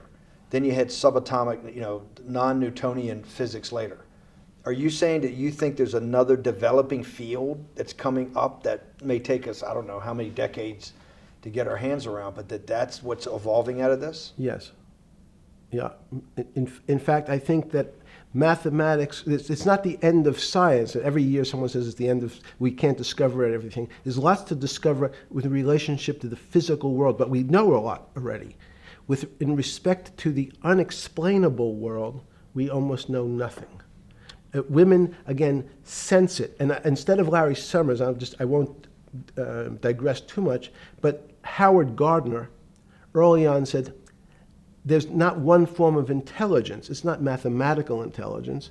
There's emotional intelligence. There's kinesthetic intelligence. There's this argument that I reject that black people are less intelligent than white people. It's not true. We know, for example, that if I was in the forest and I had to run from the lion or figure out a way not to be eaten, and my competition is a local African, I'm the one who's getting eaten because they have the intelligence to deal with their local environment. So it's just different. It's not better, it's not worse, but there's many differences amongst different types of people. And so people have different intelligences, and they excel in some intelligences usually, and less so in others. When did it come to, because the world of high finance is a world of pure reason, or is it a lot of emotion and gut checks and on trading desk and central banks when these decisions get made? Is it that high church, like the high church of science of high energy physics, or is it as much emotion that comes in as much as the mathematics and the reason? It's a great question. I think if you talk to really experienced and successful traders, and you ask them how they know what's going on, they can't give you an answer. They don't know. They feel it. They can feel the way the market's moving. They can feel the way the stock's moving. And that these are not very well-defined terms. It's difficult to put in mathematics terms, how did I feel it? You could look back and make guesses what I was seeing. But great traders feel it and then act on their feelings. That's the difference. Many people feel it but are afraid because they want a mathematical justification before they take that next step. When you first got on the trading desk at Bear Stearns in the late 70s or mid 70s, were you shocked by how little actual understanding of mathematics that the traders comprehended? Yeah, well, again, we had a Texas Instrument calculator. Most stockbrokers, especially before 1975, if they were good stockbrokers, could add. That's about it. They could multiply. If you could multiply, you were already in the top 15% of stockbrokers. Stockbrokers simply meant there's a story. When I went to the first person, I had no money. And I said, how much money do you make a year? And he said, $400,000. I said, impossible. I'm making $10,000. That's probably more than your family had made in its entire existence. Yes. And he makes it in a year. I said, what do you do? And he said, it's too complicated for you to understand, which is what the main thrust of Wall Street people, they want to tell you it's too complicated. Because if you understood that that person was simply, he had a brother-in-law, in fact, in this case, who ran the pension fund at General Motors. His brother-in-law would call him and say, buy 1,000 IBM. He'd hang up the phone, he'd write it out on a ticket and walk it to a window. That was his entire skill set. Hello, write what my brother-in-law says, walk it to a ticket window.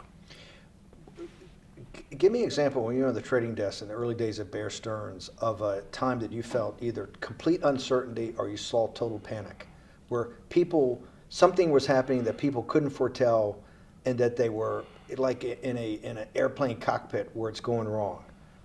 Walk us through that. In 1978, I think it was, across the news wires, there had been a collapse of the currency in Thailand. On the other side of the world, had no relationship to me. I wasn't sure where Thailand was. But the fact that a currency, a country's money, had all of a sudden dropped tremendously in value, affected the rest of the world's markets. And people panicked because they'd never seen that before. A very small part of a very complex system had a shock throughout the whole system. So prices on Park Avenue apartments, the bond markets, the stock markets, every started to gyrate. You know, there's an old mathematics expression that if a butterfly wings in Mexico make the wrong turn, it spins out, and eventually, by the time it gets to Canada, it turns into a tornado. So these are part of complex systems. So yeah, Wall Street in certain parts. Santa Fe Institute was supposed to actually come up with a formula for that, for the butterfly wings. Why in 15 years did you reach the end of at least that experiment? Every attempt to, that's why it's so exciting now, because I think certain people are starting to realize that there's so many things that are unexplainable that we have to think about them differently. Music is a great example. It's a common man's example. You know, when you hear a certain song, it makes you feel a certain way. How does it do that? We don't know. We can't mathematize it. And even that music, Steve, nowadays we compress music. When you have a violin, it's compressed onto your iPhone. So what does compression mean? I'm taking lots of information and I'm cutting it into lots of pieces and squishing it together. And when I squish it or compress it, I have to take out lots of pieces, but I say that they're not very important pieces. It's those pieces that we take out when we compress data, to me, are the most interesting parts of life. You just said a while ago, part of this new search for science may go back to when people were actually talking about a soul, and you said there's no doubt in your mind that there is a soul. Describe for me what you mean by that. What do you mean by soul? What do you mean soul different than the physical analog body that we're seeing on film right now? It's difficult to describe in words. I mean, I'm not a poet. Poems get a little closer to what that really means. But even the concept of what is life becomes complicated when you deal with plants and seeds. Is a seed alive? I don't know. Certain people would say, no, it's dead. When you're a banana, one of my favorite examples is the banana that's sitting on the countertop in your kitchen today. Is it alive or dead? What do you think about human life? What is tell me about human life. But your banana is alive. That banana is breathing. It's on your. You say that's impossible, Jeffrey. No, it's not. Is the banana conscious? All these words. These are words. So everyone's trying to fit a very complicated concepts into a very small box called conscious or alive. These don't fit in that way. So if you put your banana in a bag and put another fruit in with it, the fruit ripens faster because the banana breathes with it. We don't understand most of those things. So you asked the big question. Sorry. You talk about the life. What about human life? What about it? Tell me what do you think? What do you think human life is? It's a miracle. It's a miracle. And when I say miracle, I can't explain it, and I make no attempt to explain it at the moment. We don't know how to think about it. And anyone, and again, another one of the Feynman quotes when he was talking about quantum physics. He said, anyone, Jeffrey, who says they understand quantum physics and quantum mechanics and quantum behavior, you know they're lying. Let's talk about it. That's post-Newtonian. Talk about what's the difference, who founded quantum mechanics, why is quantum mechanics taking Newtonian physics and taking it to the next level? It forms a much broader category. Let's go back to this desk. You use the thing of Newton using this desk. Why can't Newton's theory explain everything? Why did subatomic quantum mechanics or quantum physics have to come in to explain this? Well, so let's go right back to square one. Why is it called quantum physics? So quanta is a word that simply means packet, small amount. So it's quantized. So we recognized, when we recognized that this table appears, another very complicated word, solid to us, it's really made up of molecules or atoms. And atoms, we've given lots of names to what some of the behaviors. If you were in school, when you and I were in school in the 50s, the model was a little center thing in the middle, and an electron went around and around it.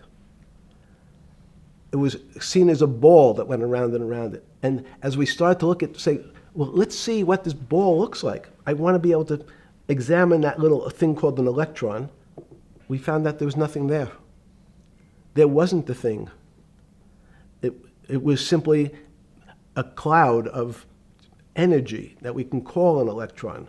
So we already started to see mysterious things as we go into very super small quantities, quantum physics. So quantum physics started to go into the very small, and at very small distances, we see things that we can't explain. We just cannot explain. How am I doing on time? 4 minutes. Fine. And to summarize, no, sorry. Let's go back to human life. When do you think human life starts? It's not these. So you see, this is the question. You're asking me to measure something again. It's the disease. It can't be measured. You just hate making commitments. That's why I'm not married. I'm peeling this onion back a layer at a time.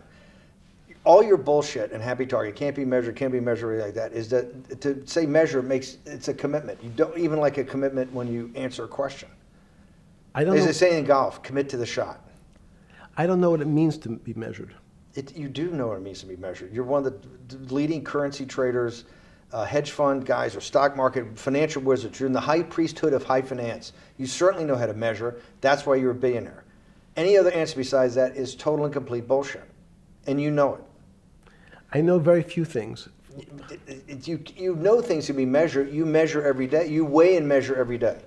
You weigh and measure people. You weigh and measure leaders. You weigh and measure economies. You weigh and measure politics. It's a very good. You weigh and measure. You weigh.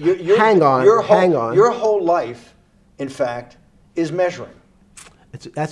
So what you've now done is a great thing, is you've used the word measure, a mathematic term, in the common vernacular and abused it. So I don't even recognize what it means. It's so abusive to my field. Why? And let's go to that. In mathematics, measure means what specifically? There's no specific. It's an approximation, or giving something a number. Einstein said, we're not asking you to go to the 9th decimal point. You didn't say that before. No, you're not going to the 9th. I don't even. What if I say measure? How tall are you? You'd say, in your case, 6 foot. 6 feet. But is it 6 foot 1 inch? Give or take, it's between 5'11" and 6 feet. But what's that? But I want. So the question is, I want an accurate. I got Zeno's paradox. I don't even know what it means to measure you. Am I measuring the top of your hair, the top of your skull, the finer, the more. You're being rabbinical. This is like. I shaved my beard off. I used to be rabbinical. No, my point is, isn't that going through the Torah where you're parsing every definition? No, so, however we broadly define measure, your life literally is about measurement, is it not? It's about putting numbers on things so that I can try But that's my measurement. best. That you can call it whatever you like. If Well, that what do makes you ca- feel what- better. What do you know? No, I Because I'm wanna make you related happy. back to your scientific inquiry. No, even a number. People don't. A number is a complicated When did thing. you come? When did you come to this When did you come to this aha moment? Was it when it was in your solitary confinement, when the biggest financial crisis in world history was going on, in your 7x9 jail cell with your metal bed and your two brushes because you were a trustee with the brown uniform on, trustee spelled wrong? Is that the moment of clarity that you had about science and Newtonian physics and everything that we can measure is really not going to be the way we go forward? It's going to be much more esoteric, emotional intelligence thing. Was that your moment of clarity? I wish it was, because it would make such a great story for this interview, but it's not. It's the fact that I lead such a privileged life to come across so. But when did you? If it didn't happen then, when did it? Or did it happen before? I was then? going to hopefully Okay. get to the. Okay. I'm in a privileged position to have some of the world's smartest people come to my house and tell me what they think about different subjects. And I finally realized that the thing that they had most in common was there was this area, no matter how smart they were, that when I asked them the questions, they said they'd have to resort to a 500 or 1,000-year-old response to that question, which was, I don't know. You know who else found that out? Socrates. That's what Socrates kept doing, right? Socrates kept asking all the experts. He would go through, question after question after question, and realize at the end they didn't really know. They really didn't basically understand what they were talking about. And one of the things that people won't enjoy, it turns out that potentially one of the bad things to teach children is how to write. Writing, reading, and arithmetic was supposed to be, everyone's supposed to be taught. But writing forces you into a very narrow channel of thinking. You have to write in a certain form, in a certain way, in a certain linear pattern.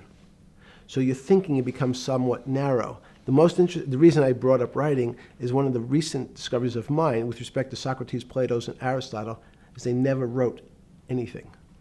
They spoke, and people around who could write wrote. Socrates could think. So that was. Jesus of Nazareth was the same way, right? Never wrote anything. I thought he was a carpenter. He was a carpenter. Didn't he need like a little carpenter's tonight? I don't want to get that. But at least his written record. Right. One last thing. Sure. Thank you for having me to your house.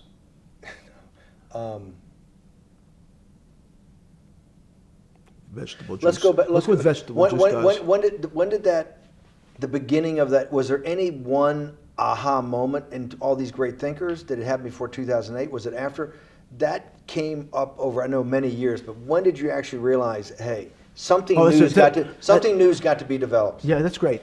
Is that because again, I'm privileged enough to have people around me who've given lots of philanthropic gifts to institutions of higher learning, and when I said the impact, how do you judge the impact of your giving? And we sat down and said, no really new ideas have come out. And I realized that, of course, it hasn't come out because we've been looking at using science and mathematics, and it's the wrong tool. It's obvious. Institutions that are set up and try to put forward knowledge and understanding and truth, should they take your money? Derek Bach at Harvard said, taking money for good causes is a good thing. So if Hitler took all the gold out of the teeth of the Jews and said, I want to give this to Heidelberg University to fund the Leibniz chairs so that I can study high energy physics, Derek Bach would say that was fine? Again, these questions are questions where good people on both sides, like your Charlottesville, could differ. I don't know the answer to these questions. So tell us the two. Give us the two answers. What the one answer why it shouldn't be, and then the one answer. Derek Bach says, I'll essentially take cash from anybody because I got so many projects, so many good guys, and this is the way I'll do it. So I'm indifferent to where the cash comes from. Money's money. And if I got good guys, I'm the fiduciary that says these are good people and this is good research, okay? I'll take the cash from any source, including you. What's the other argument? Let me give you that. I know in my case, Is your money dirty money? if you live, I just asked a question. Is your money dirty money? no, it's not. So in fact, Why is it not dirty money? because I earned it, a heart. But you earned it. I earned it legally. We went back to this before. You earned Yes. it. You earned it advising the worst people in the world, right? That do enormous bad things, and just to make more money. So instead of asking me the question, should you take the money? Because I think it's a legitimate question. You think it's a legitimate question? Yes, no Why? question. Because I think about, ethics is always a complicated subject, but I can tell you that with the money I gave to help try to eradicate polio in Pakistan and India, instead of asking me whether that money should be given to these children for vaccines, I think you might want to ask their mothers who received the vaccine, who know their child now won't get polio, and ask them if Epstein should have helped these people with their money. If we walked in, you're is a that a fair question? You're a mathematician. If we walked into that clinic where they're giving that money out to these people that are in the most dire straits of poverty and sickness, and told them that the money was coming from class 3 sexual predator? Tier 1. Tier 1's the highest and worst? No, I'm The lowest? I'm the lowest. You're the yes. lowest. Okay, tier 1, you're the lowest. But a criminal. Yes. That the money came from them. What percentage of people do you estimate? I understand you don't like probabilities. Do you estimate would say, I don't care, I want the money for my children? I would say everyone said, I want the money for my children. Did they know where the money came from? I think if you See, told them, if I told them 100%. the devil Himself. The devil himself said, I'm going to exchange some dollars for your child's life. Do you think you're the devil himself? No, but I do have a good mirror. It's a serious question. Sorry. Do you think you're the devil himself? I don't know. Why would you say that? Because you have all the attributes. You're incredibly smart. You remember the devil is Was somebody the devil knows smart? The devil's brilliant. You read Milton's Paradise Lost. No, the devil scares me. Satan is